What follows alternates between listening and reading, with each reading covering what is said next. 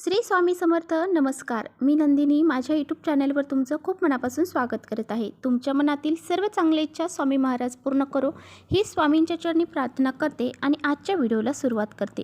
तर पहा, उद्या आहे मकर संक्रांती. तुम्हाला सर्वांना मकर संक्रांतीच्या हार्दिक शुभेच्छा. तर उद्या सोमवार आहे आणि सोमवारी आलेली आहे मकर संक्रांती. तर मकर संक्रांतीचे 3 दिवस जे आहेत तर ते अतिशय महत्त्वाचे मानले जातात. आज आहे भोगी, उद्या आहे मकर संक्रांती आणि 16 जानेवारीला आलेली आहे किंक्रात. तर हे 3 जे महत्त्वाचे दिवस आहेत तर हे मकर संक्रांतीचे 3 दिवस अतिशय महत्त्वाचे मानले जातात. तर पहा, मकर संक्रांतीच्या दिवशी अभंग स्नान करण्याला अतिशय महत्त्व दिलं जातं. त्यामुळेच पहा, उद्या आपल्याला अंघोळीच्या पाण्यात अशी ही एक वस्तू टाकायची आहे, ज्यामुळे तुमचे जे भोग असतील, इडापिडा असेल, वाईट कर्म असतील, शत्रुबाधा असेल, कर्णिबाधा असेल, अशा ज्या बाधा आहेत, त्याचे दोष असतील, ते सर्व दूर करण्यासाठी हा दिवस अत्यंत महत्त्वाचा मानला जातो. त्याचबरोबर आपल्या कठीणातील कठीण ज्या इच्छा आहेत तर त्या 1 दिवसात पूर्ण होतील. अतिशय प्रभावशाली उपाय आजच्या व्हिडिओमध्ये मी तुमच्याशी शेअर करणार आहे. त्यामुळे व्हिडिओ कुठे स्किप न करता शेवटपर्यंत नक्की बघा, जेणेकरून तुमच्यापर्यंत योग्य ती माहिती पोहोचली जाईल. तुम्ही जर आपल्या चॅनलवरती नवीन असाल तर चॅनलला सबस्क्राईब करा आणि असेच माहितीपूर्ण व्हिडिओ पाहण्यासाठी बेल आयकॉनलाही प्रेस करा, म्हणजे मी जेव्हा नवीन व्हिडिओ अपलोड करेन त्याचं नोटिफिकेशन सर्वात अगोदर तुम्हाला मिळेल आणि तुम्ही एकही व्हिडिओ मिस करणार नाही. मकर संक्रांतीच्या दिवशी पहा, स्नान करण्याला आणि दान करण्याला खूप सारं महत्त्व दिलं जातं. त्याचबरोबर सूर्यदेव हे मकर राशीमध्ये प्रवेश करतात, त्या दिवसाला मकर संक्रांती असं म्हटलं जातं. पहा, धनु राशीतून सूर्याचं मकर राशीमध्ये जे संक्रमण होतं त्यामुळं त्या दिवसाला मकर संक्रांती असं म्हटलं जातं. आणि या दिवशी पहा, मकर संक्रांत जी आहे तर ती काळ्या वस्त्र धारण करून आलेली आहे. तिने हातामध्ये भाला घेतलेला आहे. यामुळेच आपल्याला काळे वस्त्र संक्रांतीच्या दिवशी परिधान करायचे नाही. आणि पहा, ज्या बांगडे भरणार आहेत महिला तर त्यांनी उद्या एका हातामध्ये 6, एका हातामध्ये 7 किंवा एका हातामध्ये 5, एका हातामध्ये 6 अशा बांगड्या भरायच्या आहेत. दोन्ही हातामध्ये सेम बांगड्या आपल्याला भरायच्या नाही. आता पहा, हे थोडीशी माहिती मी तुम्हाला या व्हिडिओमधून देण्याचा प्रयत्न केला आहे. आणि आता पहा, आपण मकर संक्रांतीच्या दिवशी आंघोळीच्या पाण्यामध्ये अशी कोणती वस्तू टाकायची आहे ज्यामुळे आपल्या 7 पिढ्यांचे दारिद्र्य हे नष्ट होऊन जाईल. आपले जी इडापिडा आहे, शत्रुबाधा आहे, संकट आहेत, अडचणी आहेत, त्या सर्व दूर होऊन जातील. आपण कितीही प्रयत्न केला तरीसुद्धा आपल्या इच्छा पूर्ण होत नाहीत. त्या कठीणातील कठीण इच्छा पूर्ण होण्यासाठी आपल्याला उद्या मकर संक्रांतीचा हा दिवस अतिशय महत्त्वाचा दिवस आहे. या दिवशी अशा काही वस्तू आंघोळीच्या पाण्यामध्ये टाकून आपल्याला आंघोळ करायची आहे. तर पहा, पहिली वस्तू जी आहे तर ती म्हणजे काळे तीळ. आपल्या जीवनातील शत्रुबाधा असेल किंवा मग आपल्या जीवनात पितृदोष असतील ते दूर करण्यासाठी हे काळे तीळ अतिशय महत्त्वाचे मानले जातात. त्यामुळे आपल्याला उद्या आंघोळीच्या पाण्यात काळे तीळ टाकायचे आहेत. त्याचबरोबर आपल्याला पांढरे तीळ देखील आंघोळीच्या पाण्यामध्ये टाकायचे आहेत. या दिवशी तिळाला खूप सारं महत्त्व आहे आणि त्यामुळेच आपल्याला तीळ आणि तांदूळ यांचा वापर आपल्या प्रत्येक गोष्टीमध्ये करायचा आहे. आंघोळ करताना त्यामध्ये करायचा आहे, भाजी बनवताना त्यामध्ये करायचा आहे आणि भाकरी बनवताना त्यामध्ये करायचं आहे. मकर संक्रांतीला जे आपण आंघोळ करणार आहोत त्याचं पुण्य आपल्याला प्राप्त होण्यासाठी आपल्याला पवित्र गंगेमध्ये जाऊन स्नान करणं इतकं शक्य होत नाही. म्हणजे प्रत्येकालाच ते जमत नाही. ज्याला शक्य आहे त्याने आवर्जून पवित्र गंगेमध्ये जाऊन स्नान करावं, परंतु ज्याला शक्य नाही त्यांनी अशा आंघोळीच्या पाण्यामध्ये गंगाजल टाकायचं आहे. जर तुमच्याकडे गंगाजल नसेल तर तुम्ही त्याऐवजी गोमित्रसुद्धा टाकू शकता, परंतु गंगाजल असेल तर गंगाजलच टाका. यावर्षी संक्रांती जी आहे तर तिने हळदीचा टिळा लावलेला आहे. त्यामुळे आपल्याला हळद ही चिमूटभर आंघोळीच्या पाण्यामध्ये टाकायची आहे. तर बघा, जेव्हा आपण आंघोळ करणार आहोत त्यावेळेस अगोदर आपल्याला एक उपाय करायचा आहे, तो म्हणजे कापराचं तेल आहे तर ते आपल्याला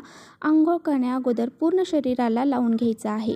जर कापराचं तेल नसेल तर चमेलीचं तेल असेल तर ते चमेलीचं तेल तुम्ही अगोदर आंघोळ करण्या अगोदर शरीराला लावायचं आहे. अशा प्रकारे आपल्याला तेल लावल्याच्या नंतर आंघोळ करायची आहे. ह्या वस्तू ज्या आहेत तर त्या आंघोळीच्या पाण्यामध्ये टाकून आपल्याला आंघोळ करायची आहे.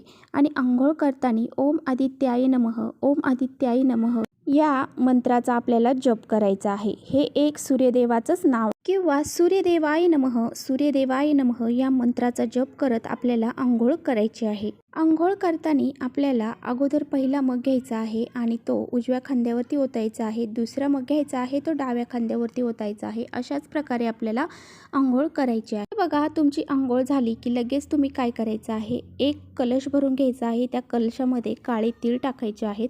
थोडंसं लाल चंदन टाकायचं आहे.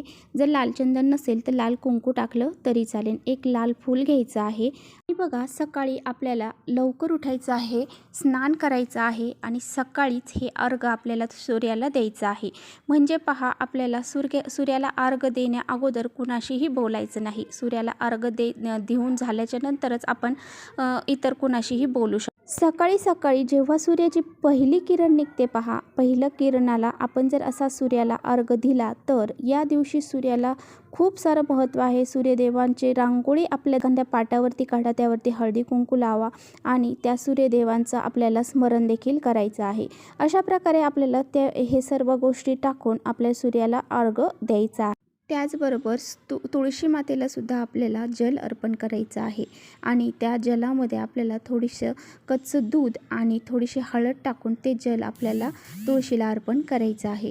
अशा प्रकारे तुळशीची सूर्याची पूजा करायची आहे आणि त्यानंतर आपल्याला प्रार्थना करायची आहे. सूर्यदेवांना हात जोडून प्रार्थना करायची आहे. माझ्या जीवनामध्ये जे काही दुःख आहे, दारिद्र्य आहे, वाईट कर्म मी जर केलेली असतील, काही माझ्याकडून पापे झालेले असतील तर तीसुद्धा तुम्ही नष्ट होऊ द्या आणि माझे जे भोग आहे तर ते संपू द्या, अशी प्रार्थना आपल्याला करायची आहे. हे पाणी जे आहे, हे अर्घ जे आहे मी तुम्हाला देत आहे ते तुम्ही स्वीकार करा. माझ्या घरामध्ये सुख, शांती, समृद्धी निर्माण होऊ द्या, अशी प्रार्थना सूर्यदेवांना मनोभावे करायची आहे. असे जर आपण भावनेने आणि श्रद्धेने जर प्रार्थना केली तर सूर्यदेव आपल्यावरती नक्की प्रसन्न होतील. आणि बघा, ज्या काही सूर्य चंद्रदेव असतात तर ते आपल्याला जिवंत स्वरूपामध्ये दिसतात, परंतु जे काही आपण देव पाहतो ते तर मूर्तीमध्येच असतात, परंतु हे जे दोन देव आहेत तर ते सजीव स्वरूपामध्ये आपल्यासमोर असतात. त्यामुळे ह्या देवांना पूजा करायला आपल्याला अजिबात विसरायचं नाही. असं म्हटलं जातं की मकर संक्रांतीच्या दिवशी सर्व देवी देवता हे जागृत स्वरूपामध्ये असतात आणि या दिवशी आपण त्यांना प्रसन्न करून घेण्यासाठी पूजा आणि काही उपाय जर केले तर ते आपल्यावरती प्रसन्न होतात. तर बघा, सूर्यदेवांना अर्घ देऊन झाल्याच्या नंतर आपल्याला एक गोष्ट करायची आहे, ते म्हणजे दान. आणि पहा, या दिवशी दान करण्याला अतिशय महत्त्व आहे. तुमच्या इच्छाशक्तीनुसार, तुमच्या यथाशक्तीनुसार तुम्हाला दान करायचं आहे. तुम्ही सूर्याला अर्घ देऊन झाल्याच्या नंतर आपले जे काही नित्याचे कामं आवरायचे आणि त्यानंतर तुम्हाला अन्नदान करू शकता किंवा मग पैसे दान करू शकता. कोणतंही दान तुम्ही या दिवशी करू शकता. अन्नदान जर आपण या दिवशी केलं तर स्वर्णदान केल्याचं पुण्य आपल्याला लाभत असतं. त्यामुळे या दिवशी बघा, पीठ असेल किंवा शेंगादाणे किंवा मग आपल्या घरामध्ये ज्या काही वस्तू आहेत, डाळी असतील, साखर असेल, तर अशा काही वस्तू आहेत तर तुम्ही या दिवशी आवर्जून दान करा. तर पहा, जास्त नाही पण थोडं तरी दान या दिवशी आपल्याकडून झालं पाहिजे. आता पहा, एखादी गरीब व्यक्ती आहे, तिला खाण्यासाठी जर काही नसेल तर तिचं त्या दिवशीचं जरी खाण्यापुरतं जरी आपण त्यांना दान केलं तरी खूप झालं. तर अशा प्रकारे आपल्याला या दिवशी दान करायचं आहे. आता पहा, या व्हिडिओमध्ये जेवढ्या गोष्टी सांगितल्या आहेत तेवढ्या जर तुम्ही केल्या आणि ज्या तुम्हाला शक्य होतील अशा करा. नसेल शक्य होत तर काही हरकत नाही, ₹1 दान जरी केलं तरी काही हरकत नाही. तर अशा प्रकारे सर्व गोष्टी आपल्याला करायच्या आहेत. जर तुम्हाला हा व्हिडिओ आवडला असेल तर नक्की लाईक करा. चॅनलवर नवीन असाल तर चॅनलला सबस्क्राईब करा. परत भेटूया अशा छानशा व्हिडिओसोबत. तोपर्यंत श्री स्वामी समर्थ.